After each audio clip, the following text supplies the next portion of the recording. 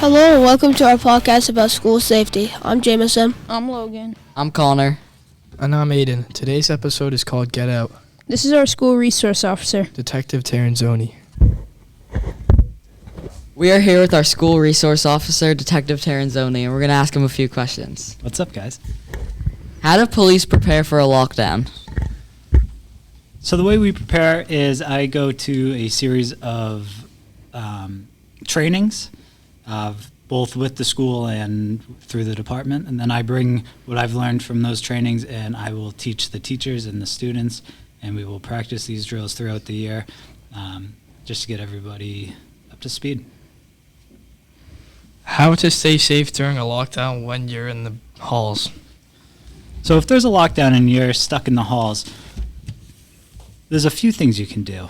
One, if it's safe to, you can try to escape the building, depending on where the threat might be. Or two, find an empty classroom or a closet or a bathroom and just try to lock yourself in there as best as you can. Question number 3. What should you do if you get out of the building? If you get out of the building, there's a rally point, which right now would be over at the high school. So you meet there, and then from there, we'll bring you to a secret location that's not disclosed to the public yet, just so we can get accountability. What should we do if all the exits are blocked during a fire? If all the exits are blocked during a fire, then lock yourself in a classroom. We're lucky in this school. It's a brand new school. All these doors are fire and smoke resistant. So your safest bet is to lock in a classroom and notify an adult so then the fire department can come get you.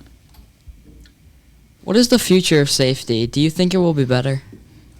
I do, yeah. Over the last bunch of years, technology has been coming out to really improve school safety, whether that be stronger locks on doors, thicker doors, different locking mechanisms, and also the camera systems today are just phenomenal. And we just improved all our camera systems, so it gives us a little better look at school safety. Do you think kids are safe these days? I do, yes, and we are very fortunate in Hampton to have a school resource officer in every school.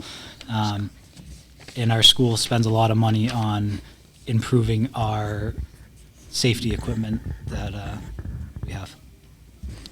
What are the most common dangers in school? So the most common dangers, typically we don't see fires, any real active threats. The biggest situations that we usually come across might be like medical issues. Some kids break bones during gym class or have other medical emergencies. So that's really the biggest thing that we worry about these days. How do you spend most of your time in the school? Well, most of my time is either spent walking around, just popping into classrooms, getting to know the kids and bothering the teachers. I also do a lot of paperwork. I am still a police officer, so I get a lot of police reports. So a lot of times when I'm in my office, I'm just typing away. And the final question, what are the tools that you carry around? So I carry a lot of tools. Together between my vest and my belt's about 25 pounds. I have my firearm, a taser, 2 sets of handcuffs, some pepper spray. I have my school radio, my police radio, and a tourniquet and a flashlight. All right, thank you. Thank you. Thank you. Thanks, guys.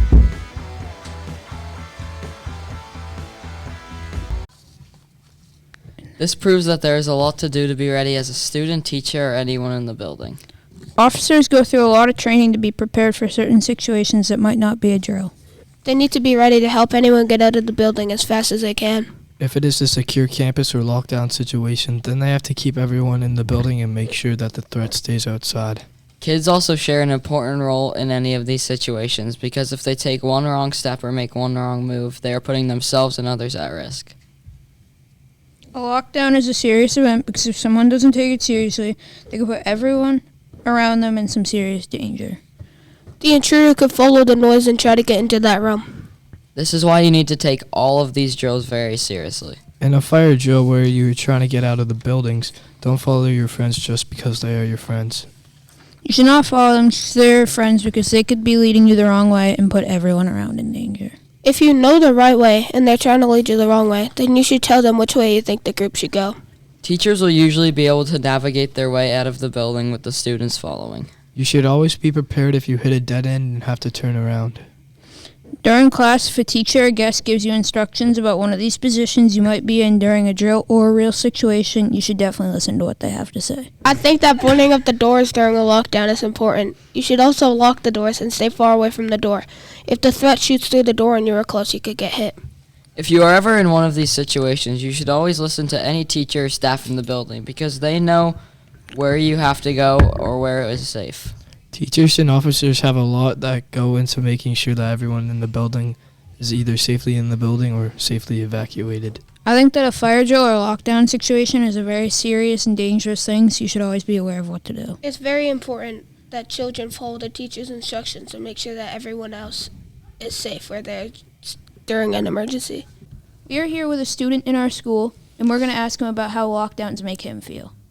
First question is there anything schools should do differently during a lockdown? I don't think so. I feel pretty safe in a lockdown.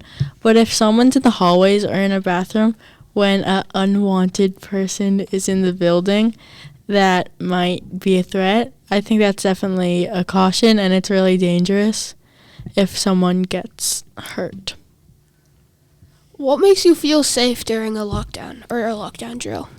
I feel safe because the doors are locked.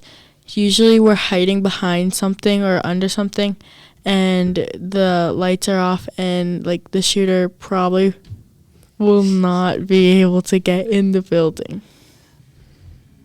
Like Shaden said, lockdowns are pretty safe, and there are many adults in the building capable of taking out the threat.